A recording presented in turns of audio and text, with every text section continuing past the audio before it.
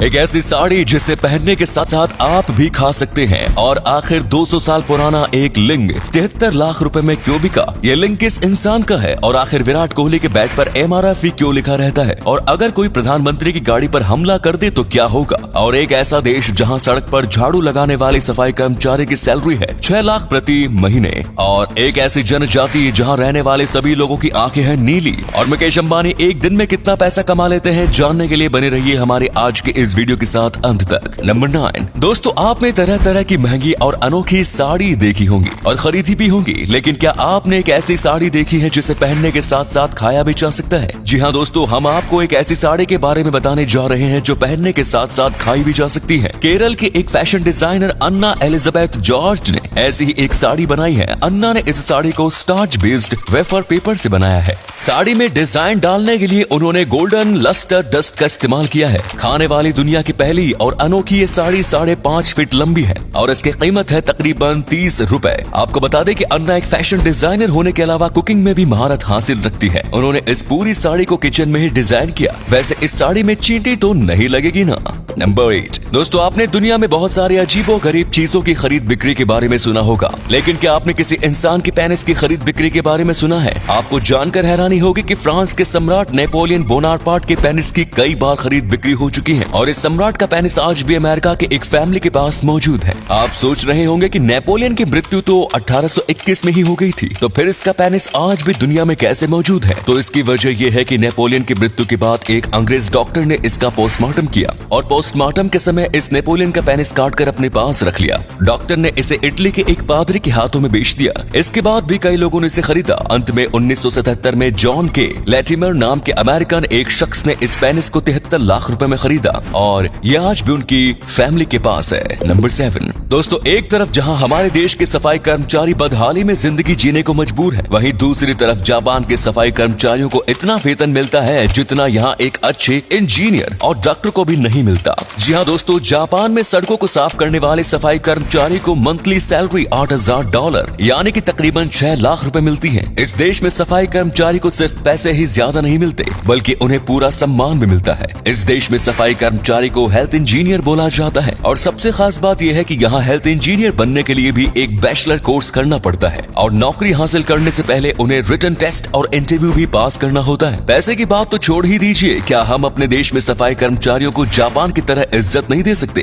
Number 6 दोस्तों, आपने भारतीय क्रिकेट टीम के कप्तान विराट कोहली के बैट पर MRF का स्टिकर जरूर देखा होगा। क्या आपने कभी इस बात पर ध्यान दिया है कि विराट कोहली हमेशा MRF का स्टिकर ही क्यों लगाते हैं? इसके पीछे की वजह यह है कि विराट कोहली ने MRF कंपनी के साथ स्पॉन्सरशिप डील फाइनल की हुई है। कोहली ने 2017 में इस डील को अगले 8 सालों के लिए रिन्यू किया था, यानी कि विराट कोहली 2025 तक अपने बैट पर MRF स्टिकर का उपयोग करते रहेंगे। आपको जानकर हैरानी होगी कि कोहली ने 8 साल की ये डील 100 करोड़ रुपए में फाइनल की है। कोहली के बल्ले से रन निकले ना निकले, MRF की ओर से उन्हें पैसे मिलते रहेंगे। नंबर 5 दोस्तों, आपने दुनिया के लगभग सभी देशों के प्रधानमंत्री और राष्ट्रपति की टाइट सिक्योरिटी तो देखी होगी। अगर हम बात करें तो हमारे प्रधानमंत्री नरेंद्र मोदी भी कड़ी सुरक्षा के बीच डालते हैं। इनकी सुरक्षा इतनी कड़ी होती है कि उनके काफिले के बिना इजाजत एक परिंदा भी नहीं घुस सकता। लेकिन फिर भी एक पल के लिए अगर हम ये इमेजिन करते हैं कि अगर किसी ने प्रधानमंत्री की गाड़ी पर जानलेवा हमला कर दिया तो फिर क्या होगा? वेल, आपको ये जानकर बिल्कुल भी हैरानी नहीं होगी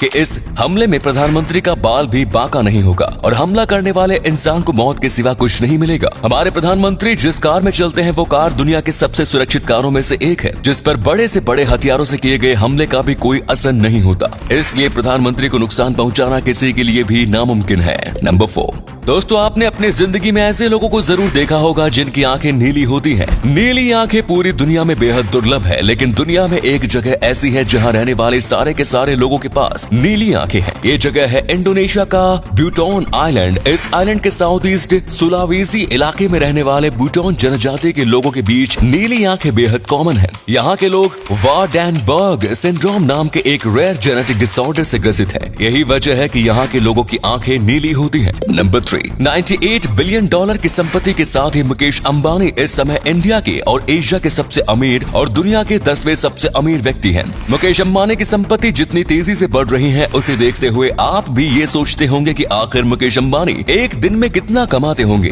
IIFL wealth Hurun India rich list के मुताबिक मुकेश अंबानी ने पिछले साल प्रतिदिन 163 करोड़ रुपए की कमाई की थी। आपको जानकर हैरानी होगी कि second richest Indian Gautam Adani की पिछले साल की रोजाना की कमाई मुकेश अंबानी की कमाई से कई गुना ज्यादा थी। पिछले साल गौतम अडानी ने प्रतिदिन 1002 करोड़ रुपए की कमाई की। नंबर 2। दोस्तों, जिंदगी में अगर कुछ करने की ठान ली जाए तो एक ना एक दिन कामयाबी मिल ही जाती है। हिंदी फिल्मों की दुनिया में कॉमेडी किंग के नाम से मशहूर जॉनी लीवर आज करोड़ों रुपए के मालिक है, लेकिन उनकी जिंदगी में एक वक्त ऐसा भी था जब हिंदी फिल्मों का ये मशहूर कॉमेडियन मुंबई की सड़कों पर पैन बेचकर अपनी जिंदगी का गुजारा करता था। अपने स्ट्रगल के दिनों में जॉनी लीवर लोगों के सामने फिल्मी कलाकारों की एक्टिंग किया करते थे। कहते हैं ना कि अगर बंदे के पास हुनर हो तो फिर मंजिल उसे ढूंढ ही लेती है। जॉनी लीवर के साथ ही ऐसा हुआ। एक बार जब उन्होंने फिल्मी दुनिया में कदम रखा, तब दोबारा उन्होंने कभी पीछे मुड़कर नहीं देखा। नंबर 1। कारगिल वॉर के दौरान देश के वीर जवानों ने जिस अदम्य साहस का परिचय दिया, उसे ये देश कभी नहीं भूल सकता। लेकिन बड़े अफसोस के साथ कहना पड़ रहा है कि इस युद्ध में देश के लिए 6 गोली खाने वाले एक सैनिक को इस देश ने भुला दिया। सतबीर सिंह ने कारगिल युद्ध के दौरान दुश्मनों का डटकर मुकाबला किया। भारत माता की सुरक्षा करते हुए सतबीर सिंह को 6 गोली लगी और वो गंभीर रूप से जख्मी हो गए। कई महीनों तक हॉस्पिटल में बिताने के बाद वो ठीक तो हो गए, लेकिन एक गोली उनके पैर में ही फंसी रही। सतबीर को चलने में परेशानी होती थी, जिस कारण उन्हें अपनी नौकरी छोड़नी पड़ी।